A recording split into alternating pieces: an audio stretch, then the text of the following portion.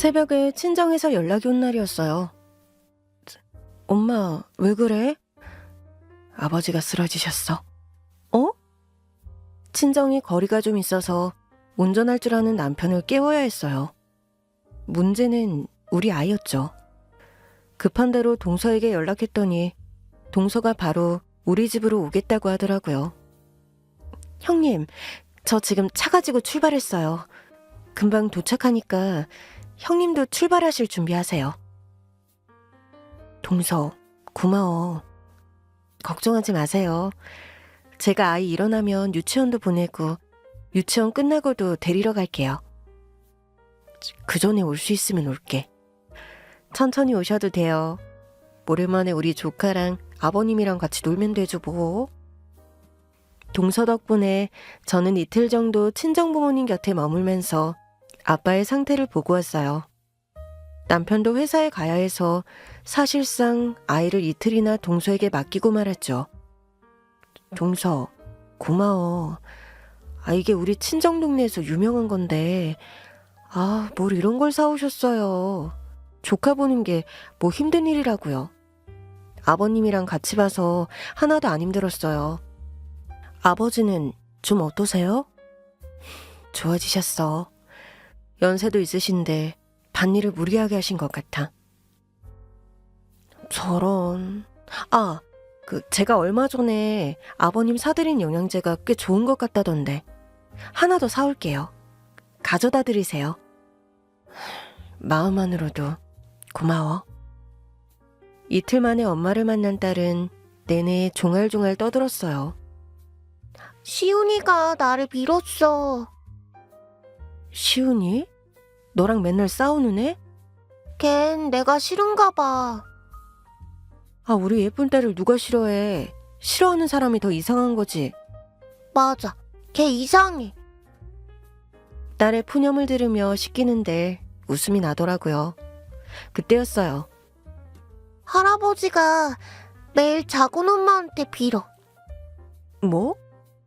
할아버지가 자꾸 빌어.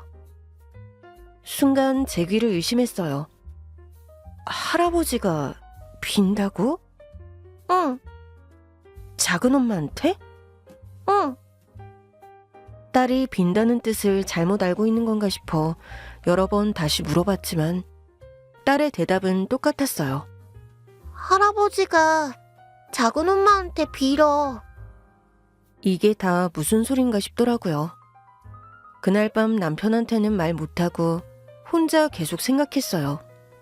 아버님이 대체 왜 동서한테 빈다는 걸까? 이상하더라고요. 종종 동서와 시아버지의 사이가 심상치 않다는 생각은 했었어요. 동서가 유독 시아버지를 잘 따랐거든요. 아버님, 저 망고 먹고 싶어요. 망고? 네, 애플망고요. 아버님이 사주신 애플망고 먹고 싶어요. 종종 좀 지나치다 싶은 애교를 부리면서 시아버지께 꼭 남편에게 해야 할 것 같은 부탁을 하더라고요. 한 번은 보다 못해 말한 적도 있어요. 동서, 내가 인터넷으로 주문해 줄게. 형님, 저는 아버님이 사주신 망고가 먹고 싶은 건데요. 아니, 망고면 망고지. 아버님이 꼭 사주셔야 하는 건 뭔데? 형님은 참 낭만도 없으시다니까. 그냥 시아버지 사랑을 듬뿍 받고 싶은 며느리의 욕심 아니겠어요? 종종 그런 일을 제외하곤 동서는 싹싹하고 좋은 사람이었어요. 형님인 저를 아주 잘 따르기도 했고요.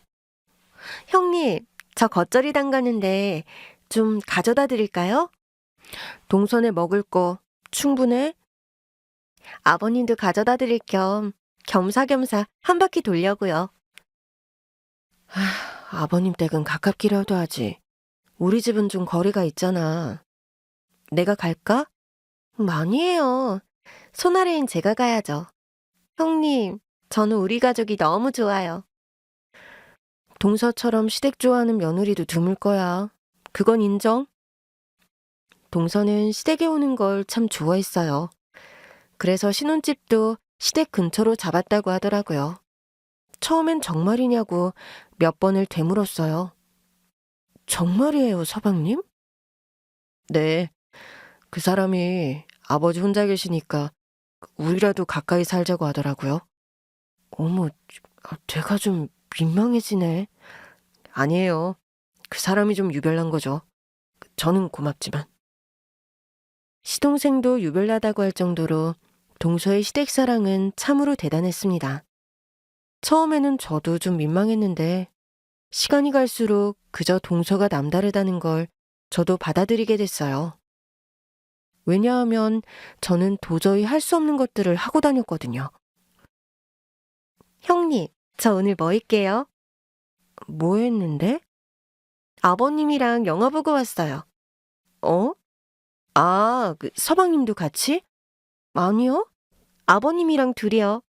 아버님이 밥도 사주시고 커피도 사주셨어요. 아, 그랬어? 형님, 섭섭하신 거 아니죠? 내가 섭섭할 게 뭐가 있어. 그러면 다행이고요. 그냥 자랑하고 싶었어요. 진짜 재밌었거든요. 재밌었다니. 나도 다행이네. 저로선 상상할 수 없는 일들을 하고 다니긴 했지만 워낙에 순수해 보였어요. 그러나 남편은 살짝 의심하는 마음을 갖고 있더라고요.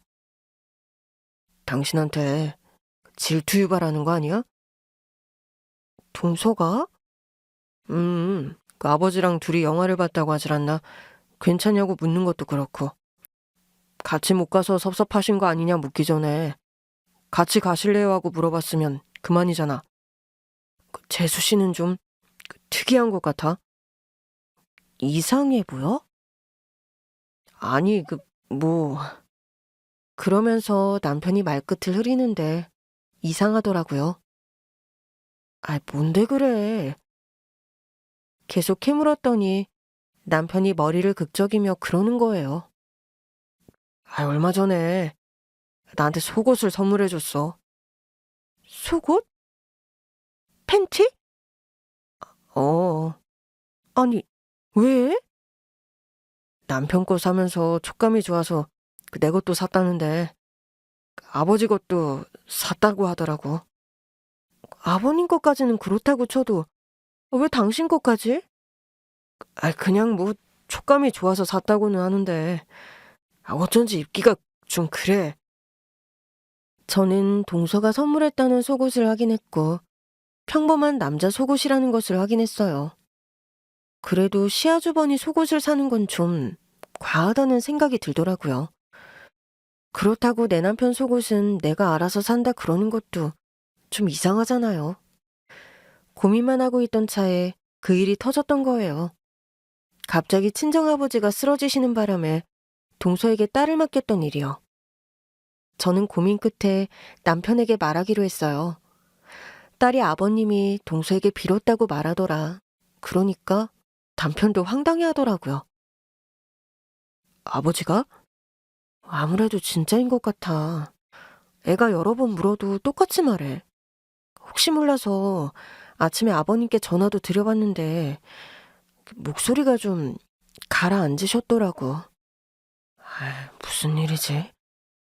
그래서 말인데 확인 한번 해볼까? 어떡해? 생각해둔 방법이 있었어요. 일단 동서에게 전화부터 했어요. 동서, 일어났어? 그럼요. 목소리가 가라앉은 아버님과 달리 동서의 목소리는 평소와 똑같더라고요. 오늘 급한 일이 생겨서 아버님 댁에 우리 애 좀 맡기려고. 아버님이 좀 잘 봐주시겠지만. 제가 가볼게요. 걱정돼서 연락하신 거죠? 그냥 저한테 맡기셔도 되는데. 자꾸 신세를 지게 되네. 미안해서. 이번에는 아버님께 부탁 좀 드렸지. 일 보고 아버님 댁으로 데리러 가려고. 네, 걱정하지 말고 일 보고 오세요. 제가 가서 우리 조카랑 아버님 식사도 같이 챙길게요. 고마워, 동서. 전화를 끊은 뒤 저는 남편을 봤어요. 남편이 그러라는 듯 고개를 끄덕이더라고요. 저는 집에 있던 녹음기를 아이 가방에 넣었어요. 녹음기 꺼지는 거 아니야? 이틀도 가는 녹음기야. 그래, 확인해보자.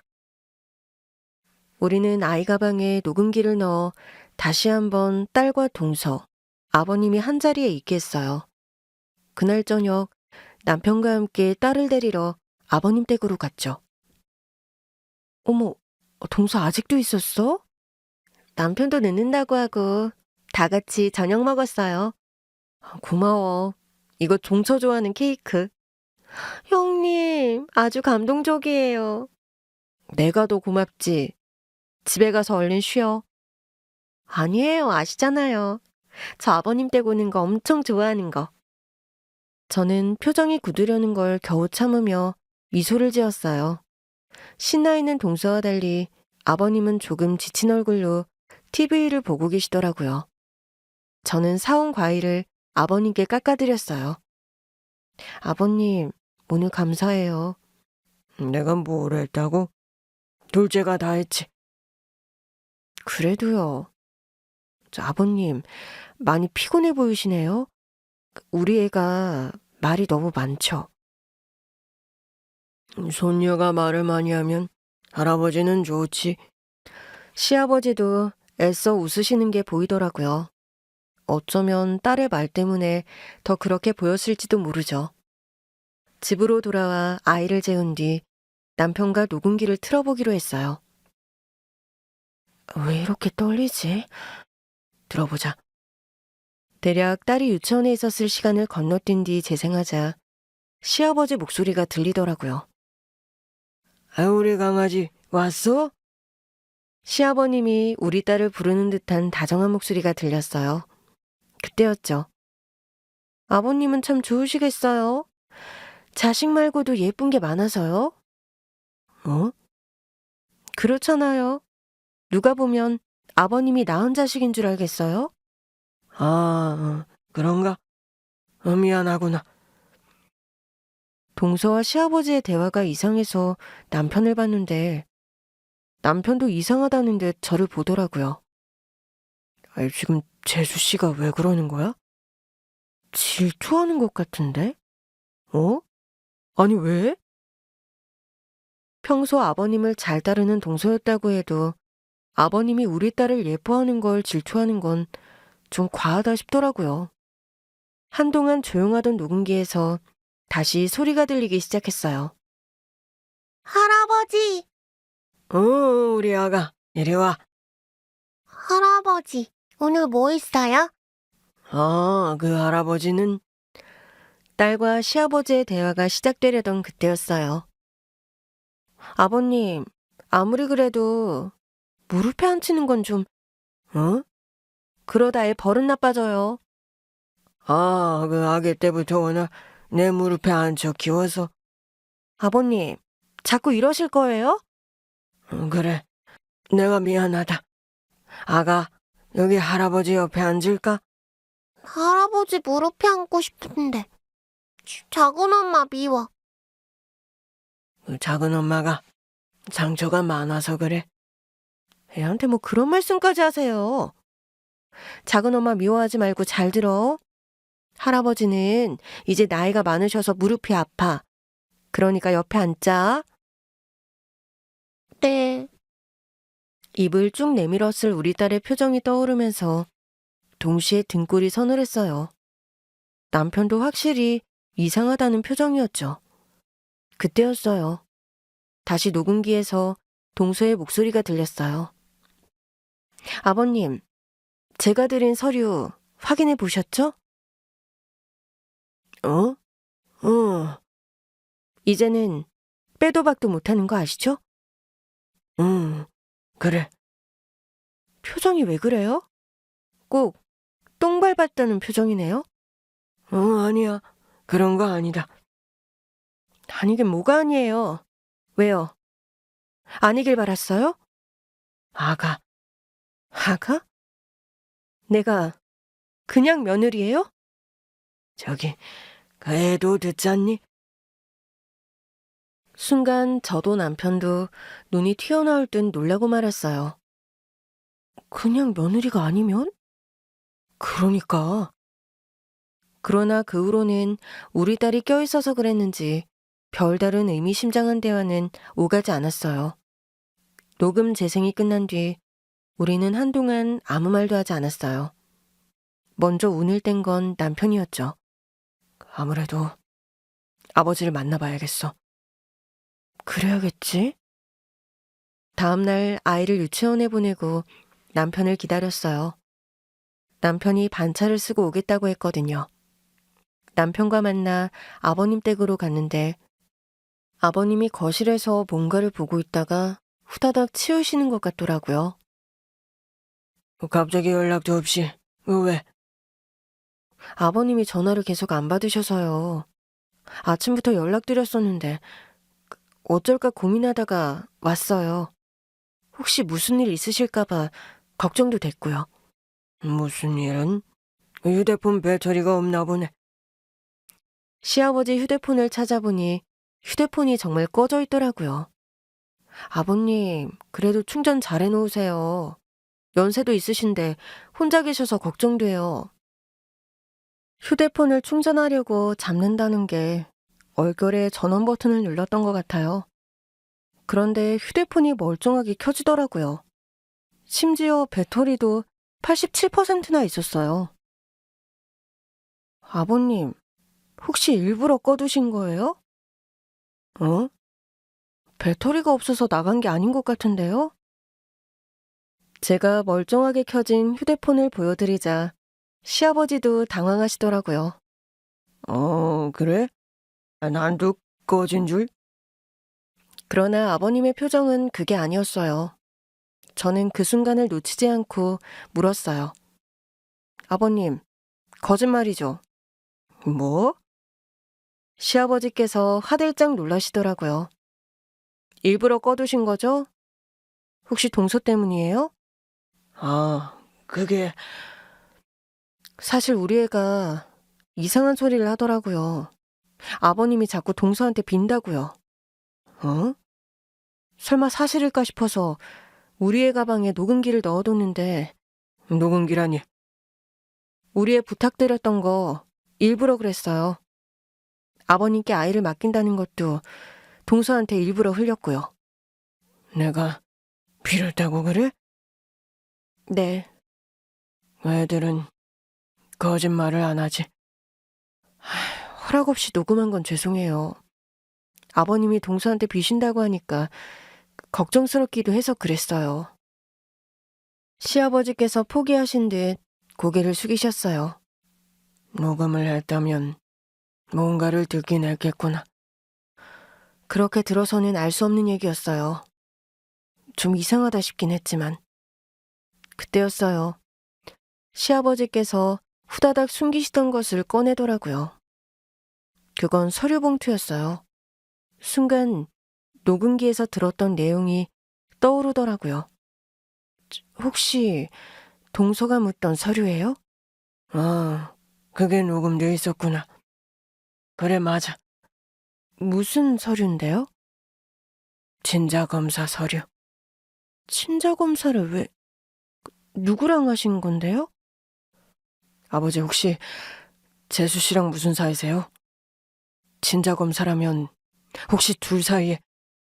그래, 그냥 시아버지 며느리 사이는 아니지. 아버지! 미안하다. 남편은 당황해서 소리까지 쳤고 저도 난처해서 무슨 말을 해야 할지 모르겠더라고요. 뭐가 미안하신데요? 대체 재수 씨랑 뭘... 아니 무슨 사이시냐고요? 친자검사를 했어. 내 자식이 맞더라고. 아버지! 진즉에 너한테라도 말해야 했는데 미안하다. 저한테 말한다고 뭐가 달라져요? 아버지는 지훈이 생각은 안 하세요? 그래. 우리 둘째 아들도 많이 놀랐겠지. 어떻게 이런 일을...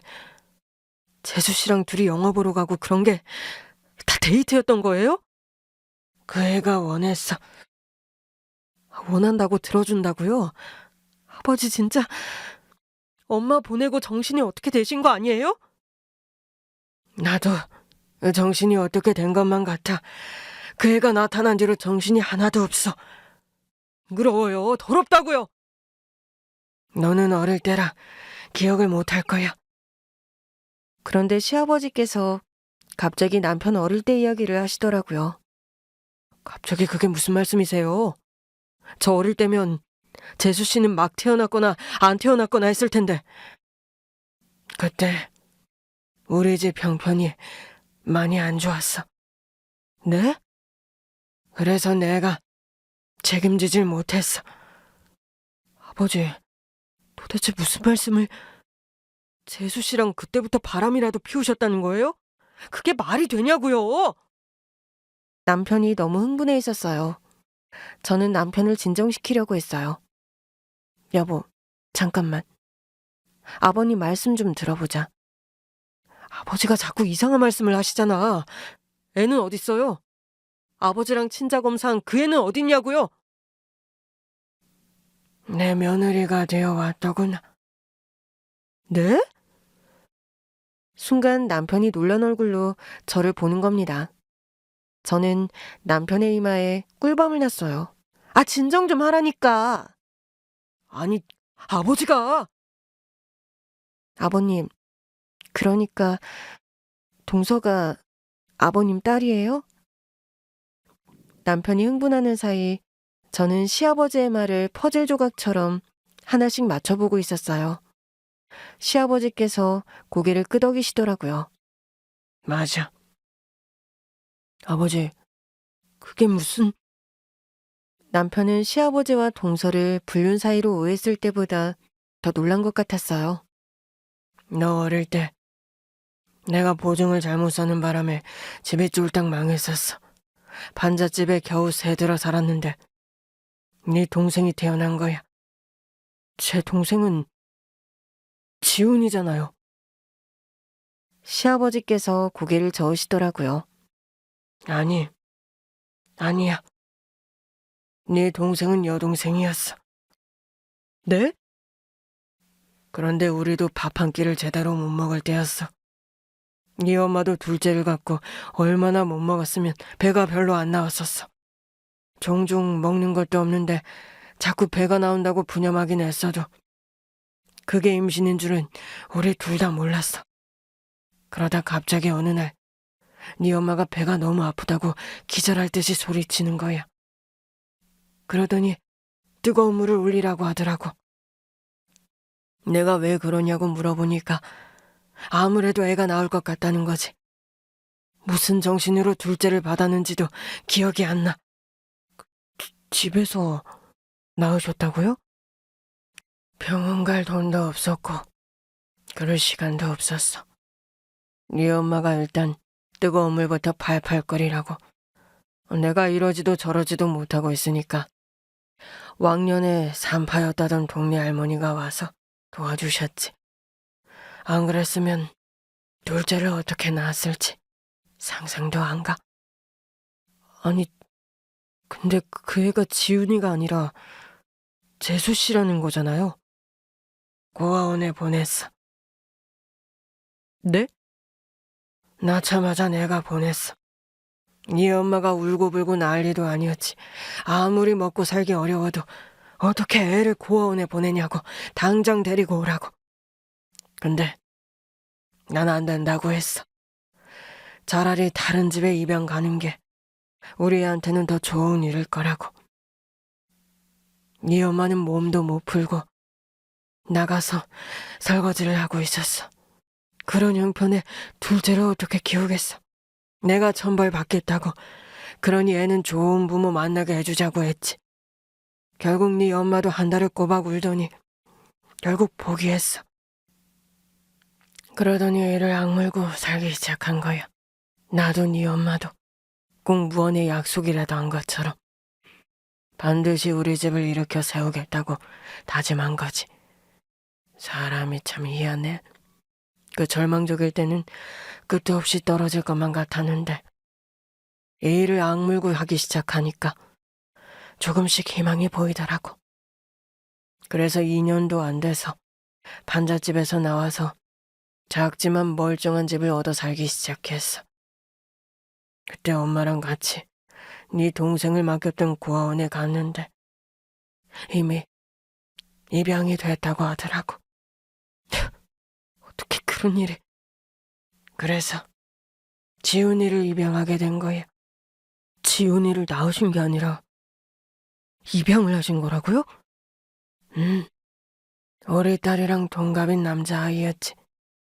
내가 우리 딸을 맡긴 고아원에서 본 애였어. 어떻게 그런 일을.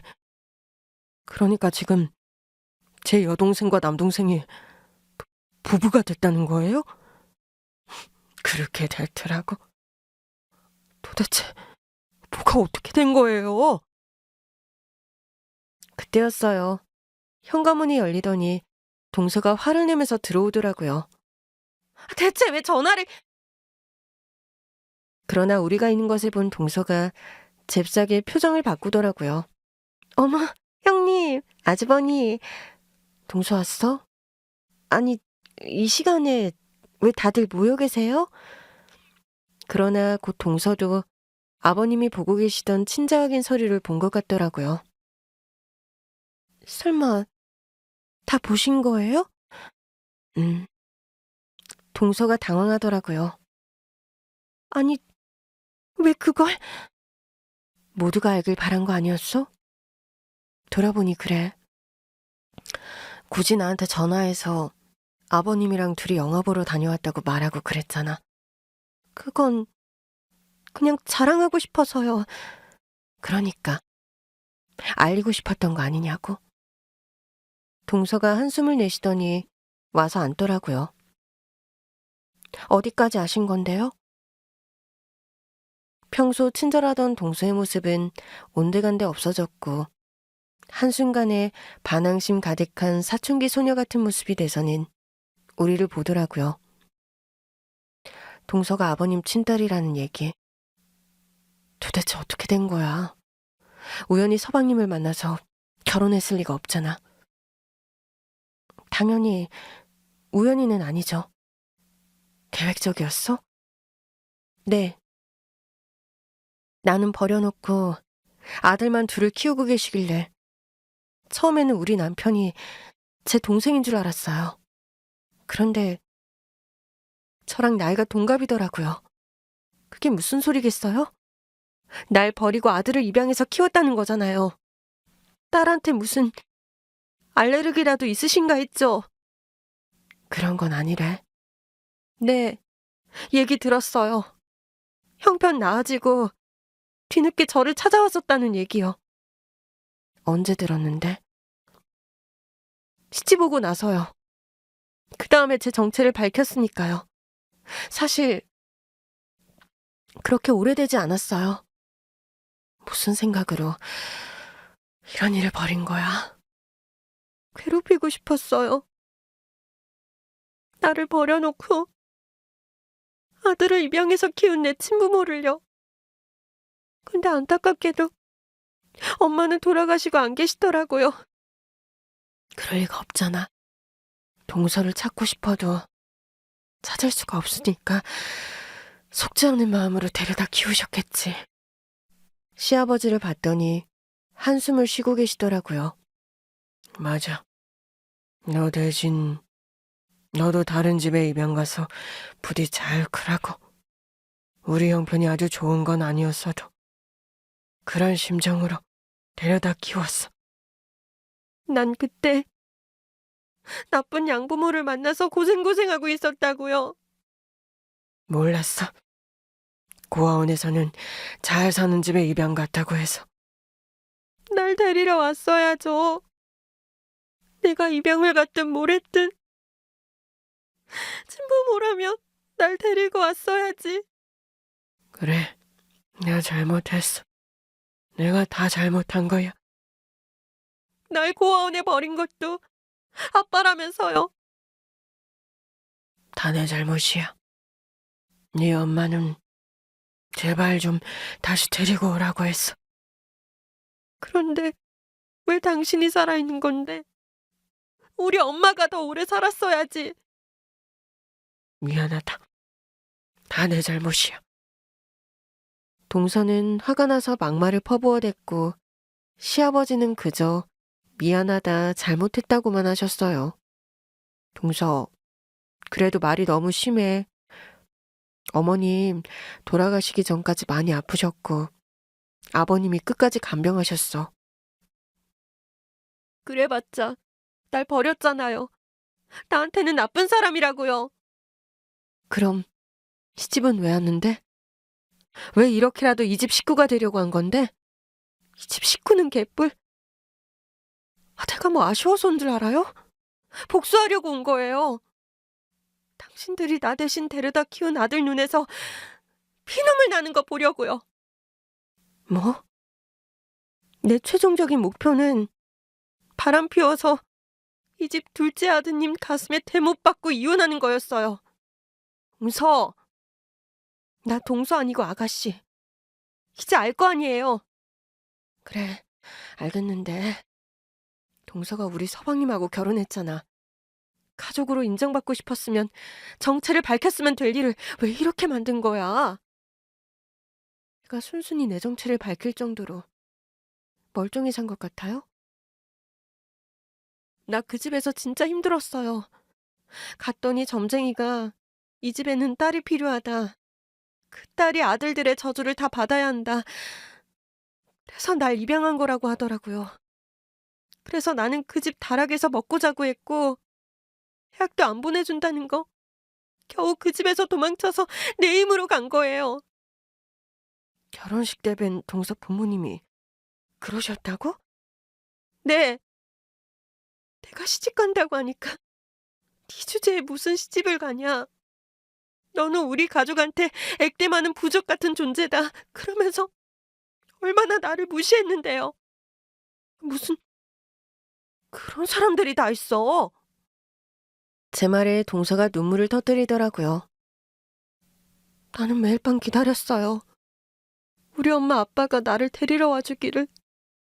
난 입양된 애니까 어딘가 내 친부모님이 있을 거라고. 그분들이 나를 구하러 오는 상상을 수도 없이 했다고요.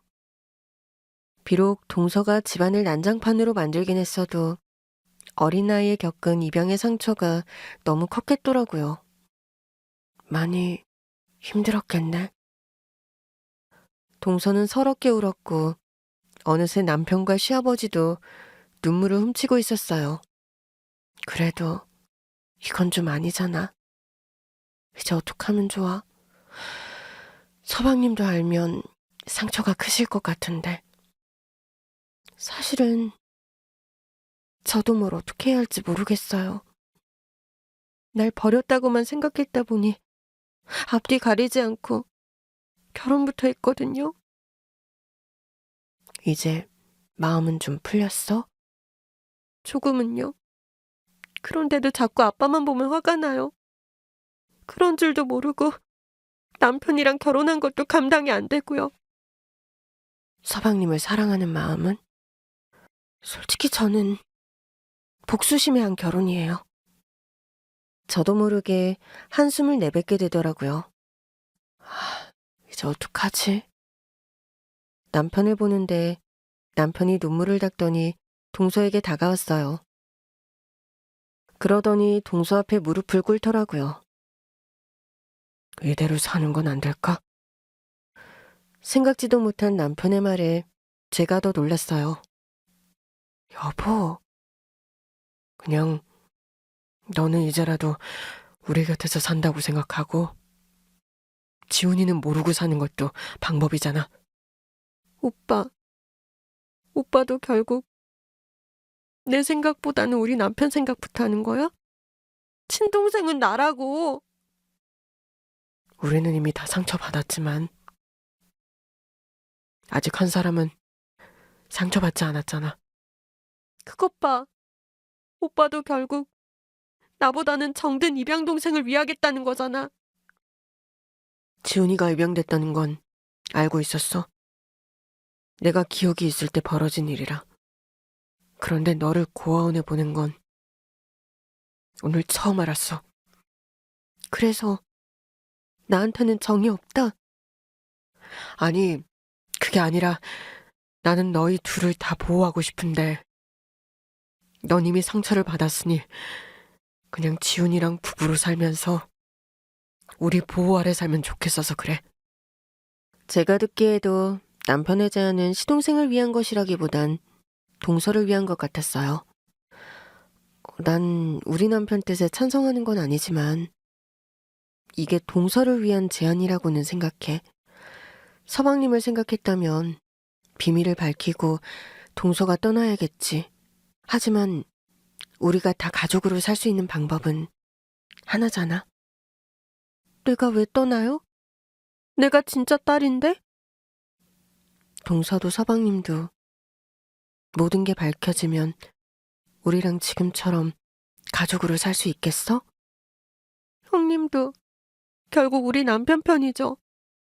동서, 이건 누구 편을 들고 말고의 문제가 아니야. 사실은 동서도 알 거 아니야. 몰라요. 아무것도 모르겠다고요. 나 그냥 버려진 애예요. 버려진 내가 불쌍해서 복수하러 온 애라고요. 동서의 절규에 시아버지도 무릎을 꿇으셨어요. 아빠가 미안해. 아빠가 남은 평생 네 원망 다 들을게. 그러니까 이제 그만 악수고 편안해져. 응? 내가 편안해질 수 있을 것 같아요? 내가 이미 받은 상처는 어쩌고. 아빠가 말했잖아. 같이 정신과 다니자고. 같이 정신치료도 받고 상담도 받자고. 내가 왜? 네가 아픈 게 아빠도 아프니까. 시아버님이 동서에게 아빠라고 하는데 정말 실감나더라고요. 동서가 우리 남편의 친동생이라는 사실이요. 이제와 걱정하는 척하지 말아요. 괜히 그러는 거 알아. 사실은 내가 밉죠. 내가 이 집에 똥물 튀겨서 밉잖아요. 하나도 안 미워. 하나도. 그러면서 전화는 왜 꺼놨어? 내 전화 받기 싫어서 그런 거잖아. 나도 괴로워서. 애들한테 네가 내 친딸이라는 건 얘기를 해야겠는데 어디서부터 시작해야 할지 머리가 복잡해서 그랬어. 생각 좀 하고 싶어서. 생각하고 싶은데 네가 매일 나를 가만두질 않으니까. 그래서 불편하다는 거잖아. 불편하지. 네가 내 치부니까, 내 아픔이니까. 나도 건드릴 때마다 아프지. 당연히 아빠도 아파야지. 내가 아픈 만큼 아빠도 아파야지. 네 엄마. 마지막에 네 얘기만 하다 갔어. 뭐? 우리 딸 잘 살고 있는지 좀 찾아보면 안 되냐고. 그간도 우리가 널 여러 방면으로 찾아보려고 했는데 못 찾았거든. 잘 사는 집으로 갔다고 했으니까 어디 외국에 나가 사나 싶기도 하고. 너 맡겼던 고아원 원장님도 벌써 은퇴하고 나가셔서 연락할 길이 없더라고. 고아원에 제발 그 원장님께 좀 전해달라고. 우리 아내가 임종을 앞두고 있는데 그저 딸이 잘 살고 있는지만 알고 싶다고 한다. 절대 아는 척 안 하겠다. 아무리 말해도 찾을 방법이 없다는 거야. 날 찾긴 찾았다고? 알 수만 있다면 뒤에서 몰래라도 지켜보고 싶었지. 우리는 네가 늘 보고 싶었지. 거짓말하지 마. 그러니까 그냥 이렇게 아빠랑 살자. 그래도 키운 정이 있지. 네가 내 딸이라는 거 밝혀지고 나한테 복수하려고 자기랑 결혼한 거 알면 아빠는 너도 지훈이도 제대로 보고 살 수가 없을 거 아니야? 나도? 여기 있는 사람들, 네 오빠 형님 다 그렇지 않겠어? 내가 왜? 난 아무 죄도 없어. 적어도 지훈이한테는 죄야. 걔가 무슨 잘못을 했다고 걔는 네 복수에 이용당한 거잖아. 동서는 그제야 좀 진정하는 것 같더라고요. 맞아. 그 사람한테는 내가 몹쓸 짓을 했지. 시아버지께서 동서의 손을 꾹 잡으셨어요. 아빠가 평생 갚을게, 응? 네 몫은 아빠가 다 갚을 테니까 지훈이하고 행복하게 사는 건 어때, 응? 아기도 낳고? 그러나 그 순간 남편과 시아버지의 바람은 현실이 될 수 없다는 걸 깨달았어요. 시아버지도 충격을 받으신 눈치였죠. 아기? 그것 봐. 그건 안 되겠지. 남편도 한숨을 쉬더라고요. 결국 그곳에 있던 우리 누구도 결론을 내리지 못한 채 일단 집으로 돌아왔어요. 남편더러 아버님 곁에 있으라고 저는 딸을 데리러 가겠다고 했는데 남편이 고개를 젓더라고요. 나도 우리 집으로 갈래? 아버지도 동생도 보기 힘들어. 남편이 말하는 동생은 바로 동서였죠. 남편은 평소보다 더 쾌활하게 딸과 놀아주었고 딸은 오랜만에 자기를 데리러 유치원에 온 아빠를 보고 아주 행복해했어요. 그 모습을 보고 있는데 저도 모르게 울컥하고 말았어요. 엄마, 울어? 딸이 저를 보고 묻더라고요. 남편도 놀란 얼굴로 봤어요. 아빠랑 너랑 예뻐서? 아빠랑 나랑? 보고 있으니까 행복해서 눈물이 다 나네? 행복한데 왜 울어? 행복해도 눈물이 날 때가 있어. 너도 더 크면 알게 될 거야. 딸은 잘 모르겠다는 듯 어리둥절한 표정을 지었지만 남편은 뭔가를 눈치챈 듯 말이 없더라고요. 그날 밤 딸을 재우고 남편과 둘이 소주잔을 기울였어요. 아까 재수씨, 아니 내 동생 생각나서 울었어? 동서도 그런 삶을 살고 싶었을 거 아니야. 아빠랑 같이 놀고 웃고. 동서가 복수심에 서방님이랑 결혼한 건 잘못한 거지만 동서도 가엾잖아. 부모에게 버려진 게 사실상 맞고 안 좋은 집안에 입양 가서 사람 취급도 못 받고 자란 거잖아. 그러니까 상처도 많겠지. 좋은 집에 입양 가서 잘 살았으면 얼마나 좋았을까? 계속 그 생각만 하게 돼. 나도 걔가 상처받은 것만 생각하면 가슴이 아파. 근데 지훈이는 어떡해?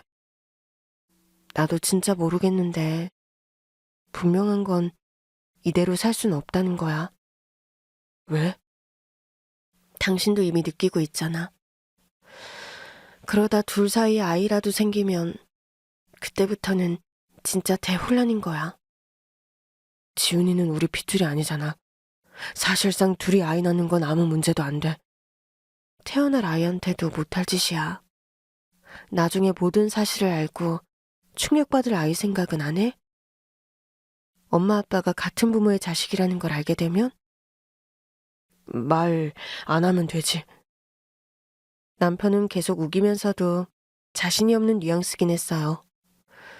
서방님을 속이는 것도 마음에 걸려. 솔직히 나한테는 동서보다는 서방님이 더 당신 동생 같단 말이야. 나도 그래. 그렇긴 한데 내 친동생이었다고 하니까 갑자기 다 보여. 엄마를 진짜 많이 닮았어. 그래? 너무 많이 닮았어. 너무 많이. 왜 몰랐을까? 저렇게 닮았는데. 아마 아버지도 그런 생각하고 계실 거야. 그래서 더 쩔쩔매시겠지. 우리 딸이 본 것처럼 자꾸 빌게 되고 미안하다고. 아버님은 그러실 수밖에 없겠지. 자기 손으로 버린 딸이니까. 왜 그런 일을 하셨을까? 그냥 힘들어도 같이 살다 보면 결국 쥐구멍에도 볕은 들었을 텐데. 아버님도 어리셨으니까. 아내 아들 하나 건사하는 것도 버거우셨겠지. 더더구나 보증 잘못 써서 빚더미에 앉은 상태였다면 배신감도 크셨을 거야. 만약에 내가 형편 때문에 우리 애를 고아원에 보냈는데 그 애가 커서 내 아들의 아내가 돼서 들어온다? 진짜 미칠 것 같아. 아버님이 그러실 거야. 얼마나 힘드시겠어. 어떻게 해야 하지? 난 진짜 방법을 모르겠어. 이 상황에서 최선의 방법, 최고의 방법 같은 건 없어. 그냥 결정해야 하는 거야. 어떻게? 저라고 해서 뭐 뾰족한 수가 있었겠어요.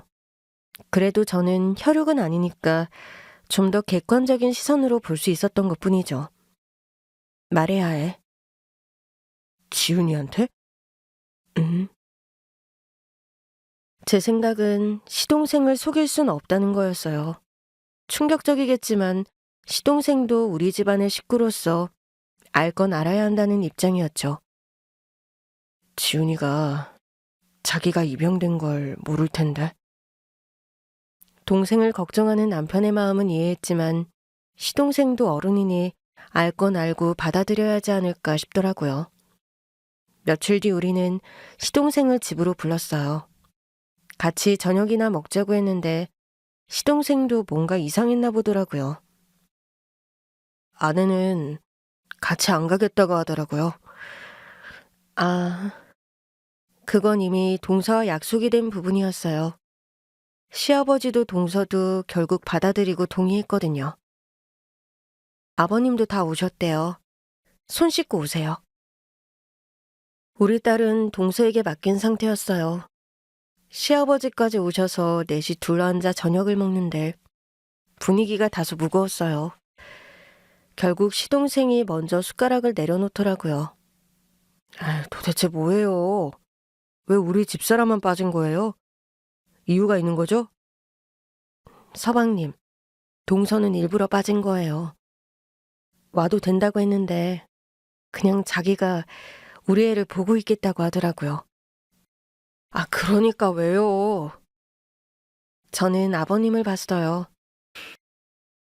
아버님도 숟가락을 내려놓으시더라고요. 식사라도 마시고 할까 했는데 얘기를 해야겠구나. 네, 아버님. 제가 정리할게요. 다들 거실로 갈까요? 무슨 일인데요? 다들 왜 이래요? 결국 식사를 다 마치지 못한 채 거실에 둘러앉았어요. 조금 더 기다렸다가는 시동생이 폭발할 것 같았거든요. 아들. 아빠, 왜 그러세요? 분위기 왜 이래요? 이혼해야겠다. 네? 너 이혼해야겠다고. 시동생은 눈이 휘둥그레졌어요. 집사람이 이혼하고 싶대요? 저만 몰랐던 거예요? 그래서 그 사람은 여기 안 왔어요? 시동생의 질문 폭격에 시아버지께서 바로 실토하셨어요. 내 딸이야. 네? 네 부인이 내 친딸이라고. 남편도 저도 잔뜩 긴장하고 있었어요.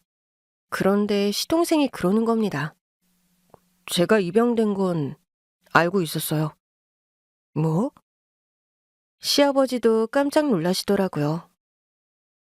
엄마가 돌아가시기 전에 알려주셨거든요. 뭐? 네 엄마가? 네. 하지만 정말 사랑했다고. 잃어버린 딸 대신 친자식처럼 키우셨다고 했어요. 그러니까 그 딸이 제 아내라는 거예요? 그렇지. 근데 네 엄마가 알려줬다고? 어떻게 된 거예요? 제가 왜 아빠 친딸하고 결혼한 건데요? 시아버지는 차마 말씀하지 못하셨고 남편도 입이 안 떨어지는 눈치더라고요. 결국 제가 모든 상황을 설명했고 시동생은 큰 충격에 빠진 듯 했습니다. 그러니까 나를 사랑해서가 아니라 아빠한테 복수하려고 나랑 결혼했다는 거네요. 네, 서방님. 솔직하게 말씀드리는 게 나을 거라고 생각했어요. 솔직하게 말 안 하려고 했다는 거예요? 서방님이 상처받을까 봐요. 근데 서방님도 우리 가족이잖아요. 벌어진 일은 어쩔 수 없는 거고 받아들일 건 받아들여야죠. 그래서 이혼하라고요? 서방님은 아버님 친딸이랑 살 수 있어요? 진짜 혈연 관계도 아니잖아요. 동서가 이혼을 원해요. 시동생을 만나기 전 우리는 마지막으로 가족회의를 했어요. 동서가 고민 끝에 이혼하겠다는 결정을 내리더라고요. 그냥 모른 척 사는 방법도 있다고는 생각해. 근데 이렇게 되고 보니 내 인생도 아깝잖아. 그 사람 인생도 가였고. 자기를 정말 사랑해주는 사람을 만나서 행복한 가정 꾸리고 살아야지.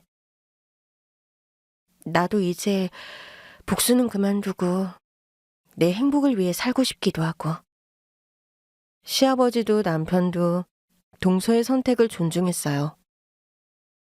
나도 생각해보니 이게 맞는 것 같아.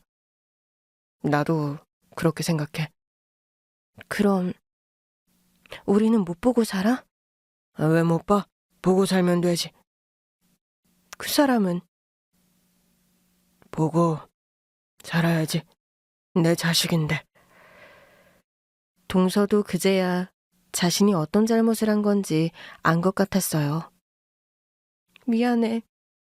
내 복수에 눈이 멀어서 다른 생각은 못했어. 이렇게 복수하려던 게 아닌데 진짜 복수를 하게 됐네. 아빠한테도 오빠한테도 그리고 나한테도. 시아버지는 자기 친딸인 동서의 손을 잡고 말했어요. 보고 살면 돼. 그 동선이 겹치지 않게 나로 보면 되지. 미안해, 아빠. 모든 게 알려지고 나니까 우리 신랑이 불쌍하더라고. 아무것도 모르고 내 옆에서 잠든 그 사람을 보는데 정이 들었나 봐. 가슴이 찢어질 것 같았어. 사실은 복수가 아니라 이 집 가족으로 받아들여지고 싶었던 건데 용기가 없었나 봐. 그냥 내가 아빠 친딸이라고 하고 찾아올 걸. 찾아와서 왜 날 버렸고 원망하고 울고 화해하고 그렇게 가족으로 지냈으면 이런 일은 없었을 텐데 날 버린 사람이라고 생각하니까 그런 정상적인 방식은 떠오르지 않았어. 당연히 그랬겠지. 아빠가 다 잘못한 거야. 아빠가 다 수습할게. 비록 아프고 힘든 과정이겠지만 또 시간이 지나면 가족이라는 이름으로 해결되는 게 있지 않겠어? 아빠는 너희 둘 다 사랑해. 너희 둘 다 내 자식이야. 우리는 안 끊어져. 걱정하지 마. 동서는 자기 친아버지의 품에 안겨 울었고 우리 부부도 울었어요. 결국 모든 걸 사실대로 밝히고 다 같이 힘을 합쳐 해결하는 게 가족이라는 생각이 들더라고요. 모든 이야기를 들은 시동생은 생각할 시간이 필요하다고 했어요. 시간을 주세요. 아내랑도 더 얘기해 볼게요. 어떤 게 최선인지. 너희 둘의 결정이 중요해. 우리는 어떤 결정이든 받아들일 준비가 돼 있어. 그리고 미안하다. 아버지가 가난한 시절에 나를 책임지지 못하는 바람에 이렇게 됐어.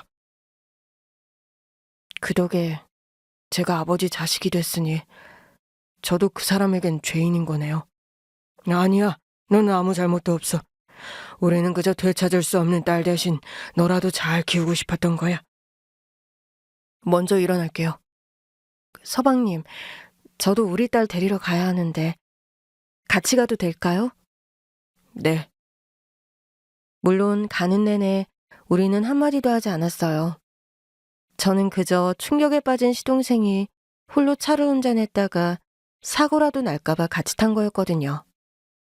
주차장에 차를 댄 뒤에야 시동생이 말을 걸더라고요. 형수님, 네, 서방님. 저는 우리 가족이 참 좋았어요. 형수님도요. 서방님, 우리는 계속 가족이에요. 달라질 거 없어요. 이미 달라진 것 같은데요. 아무리 제가 가족이라고 해도 진짜 혈연 관계인 아내가 먼저겠죠. 저는 아니에요. 감사해요, 형수님.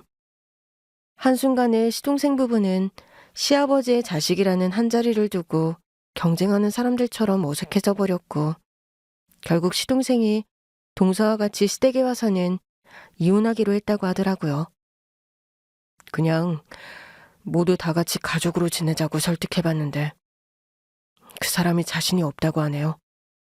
서방님, 결정하느라 고생하셨어요. 저 외국으로 가려고요. 시동생의 말에 동서는 물론 우리 가족 모두가 놀랐어요. 여보, 나 때문이야? 내가 없어야 당신이 오기가 편할 거 아니야. 여보. 이제 여보라고 그만하자. 복수를 위해 이용한 거라며. 뭐 이혼하기로 한 이상 서로 놔주는 게 맞지. 동서가 눈물을 흘리더라고요. 시동생은 모든 걸 체념한 얼굴로 시아버지께 큰 절을 올렸어요. 지훈아, 왜 그래?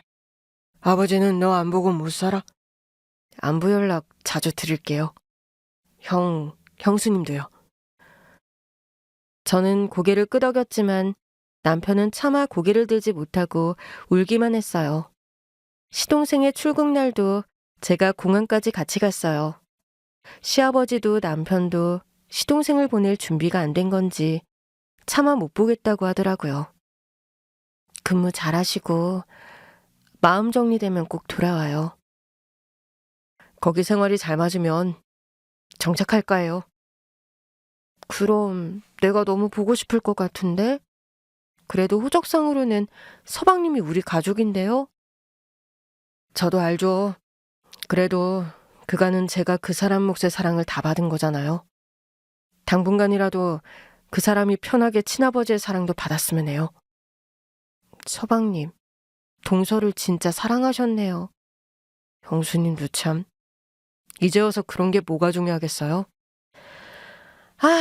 우리 서방님은 자상하고 인품도 좋아서 새 시작은 하고도 남지. 서방님이 계속 외국에 있겠다고 하면 제가 찾으러 갈게요. 놀러 가도 되죠?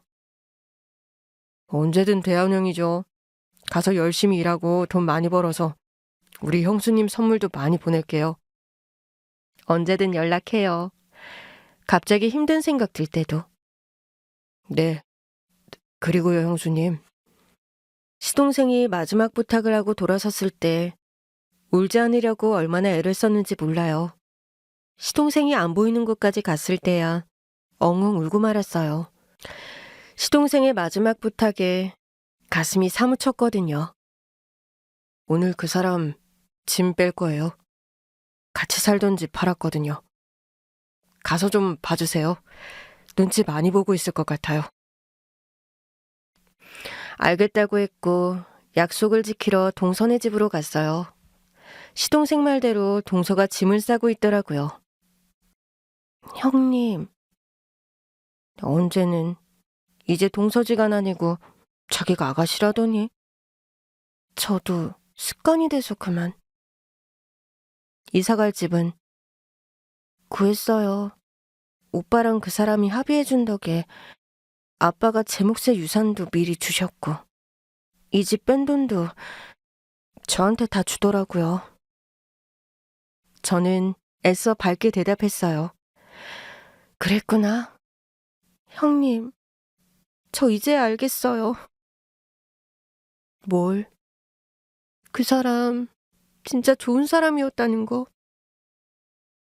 날 버린 아빠의 자식이라고 생각해서 원수처럼 생각했었는데 사실은 저도 그 사람을 참 좋아했던 것 같아요. 따뜻하고 착한 사람이었거든요. 그래서 미워하려고 해도 미워할 수가 없었어요. 그랬으니 결혼까지 했겠지. 네. 그럼 그냥 같이 살지 그랬어? 다 밝혀지고 나니까 그럴 수가 없었어요. 제가 그 사람을 복수 때문에 이용한 것도 들킨 거니까요. 어쩌면 그래서 뒤에서 아빠만 괴롭히고 다녔나 봐요. 그냥 이 상황은 유지하면서 아빠한테만 내가 힘들었던 거 아팠던 거 다 티내고 사과하라고 괴롭히고 싶었던 것 같아요. 저는 동서를 안아주었습니다. 이제 그만 자책해. 이렇게 된 건 어쩔 수 없는 거야. 시간이 좀 더 지나면 모두가 지금보다는 편해질 날이 올 거야. 죄송해요. 제가 잘못했어요. 그렇게 서방님과 갈라선 동서 역시 마음 편히 우리를 찾아오진 못했어요. 종종 시아버지와 둘이 만나는 정도가 다였죠. 그래도 시동생이 외국에서 잘 지내고 있다는 게 조금은 위로가 되네요. 언젠가는 다 같이 볼 수 있는 날이 올까요? 혹여나 올지 모를 그날을 기대는 해보려고 합니다.